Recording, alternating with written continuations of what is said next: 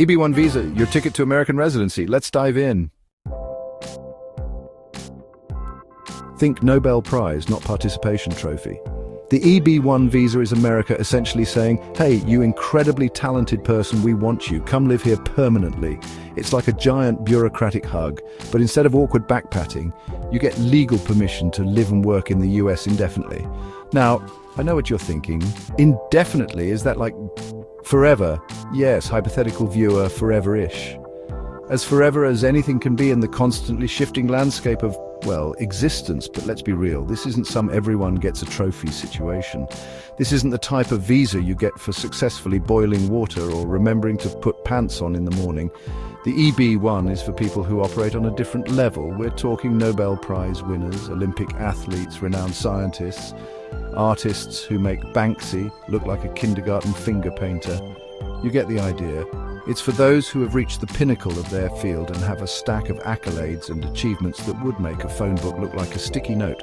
So if your idea of extraordinary ability is finishing a whole bag of chips in one sitting, this might not be the visa for you. But if you're the type of person who regularly gets asked for their autograph and it's not on a bounce check, well then, my friend, keep watching. Now, the EB-1 visa isn't just one monolithic thing. Oh no, it's far too nuanced and sophisticated for that. It comes in 3 distinct flavors, each catering to a different type of extraordinary individual. Think of it like an ice cream parlor for overachievers, but instead of sprinkles, you get a green card. So let's break down these delectable flavors, shall we? First up, we have the EB-1A. This one's for the extraordinary ability folks. You know, the Mozarts, the Marie Curies, the Elon Musks of the world. To qualify for this bad boy, you need to prove that you've got some serious national or international recognition. Think awards, publications, prestigious memberships, basically evidence that you're kind of a big deal. Next, we have the EB-1B. This category is reserved for the outstanding professors and researchers among us. These are the academic rock stars, the ones who spend their days writing groundbreaking research papers and lecturing to packed auditoriums. To snag this visa, you'll need more than just a tweed jacket with elbow patches.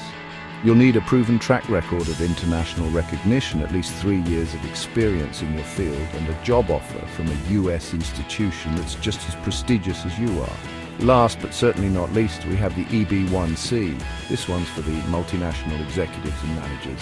These are the folks who run the show, the corporate captains who navigate the treacherous waters of international business. To qualify for this category, you'll need to have been employed by a multinational company for at least a year, and you'll be coming to the US to continue your reign of corporate dominance in a managerial or executive role. Now hold your horses, eager beavers.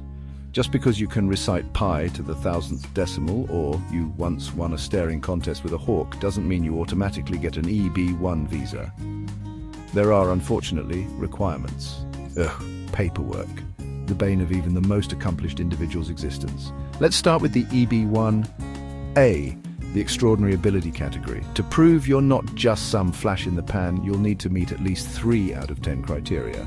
These include things like winning internationally recognized awards, think Nobel Prize, not Employee of the Month, being a member of exclusive organizations in your field, and having your work featured in major publications. Basically, you need to show that you're not just talented, you're a big deal, a really, really big deal. Moving on to the EB-1B, the Outstanding Professors and Researchers category. Here, you'll need to provide documentation of your international recognition, which means having your work published in top-tier journals and being invited to speak at prestigious conferences. You'll also need letters of recommendation from other bigwigs in your field, because even geniuses need a reference. And don't forget the job offer from a reputable US institution. No freelancing your way to a green card, I'm afraid. Finally, we have the EB-1C, the multinational executives and managers category. To prove you're not just some middle management paper pusher, you'll need to show that you've been employed in a managerial or executive capacity for at least one of the past 3 years by a multinational company. You'll also need to demonstrate that you're coming to the US to continue working for the same company or its US affiliate. Think of it like a corporate transfer, but instead of getting a company car, you get a shot at the American dream. Now, I know what you're thinking. This all sounds great and all, but how do I know if I actually qualify for this magical EB-1 visa? Well, my friend, that's where things get a little bit introspective. First things first, you need to take a long, hard look in the mirror, and by that I mean meticulously review the criteria we just discussed. Do you have the awards, the publications, the international recognition? Have you been running a multinational corporation from your basement while wearing pajamas? Be honest with yourself. Next, it's time to gather your evidence, and I'm not talking about that half-written screenplay you've been working on, or that macaroni portrait of yourself you made in the 3rd grade. We are talking official documents, awards, certificates, letters of recommendation, the works. Think of it like building a case in court, but instead of proving someone's innocence or guilt, you're proving your own awesomeness. And finally, once you've assembled your mountain of evidence, it's time to call in the big guns, an immigration attorney. Because let's face it, as much as we all love a good DIY project, navigating the complexities of US immigration law is best left to the professionals. Okay, so you've determined you're a bona fide genius, gathered enough evidence to make a hoarder blush, and hired an immigration attorney who can argue their way out of a paper bag. Now comes the hard part, waiting. Yes, even extraordinary individuals have to deal with the soul-crushing monotony of bureaucratic processing times. First up, there's Form 140, the immigrant petition. This is where you officially declare your intention to grace America with your presence, and it usually takes around 4 months for regular processing, but fear not, impatient applicant. For those who can't bear the thought of waiting longer than it takes to binge-watch an entire season of your favorite show, there's always the option of premium processing.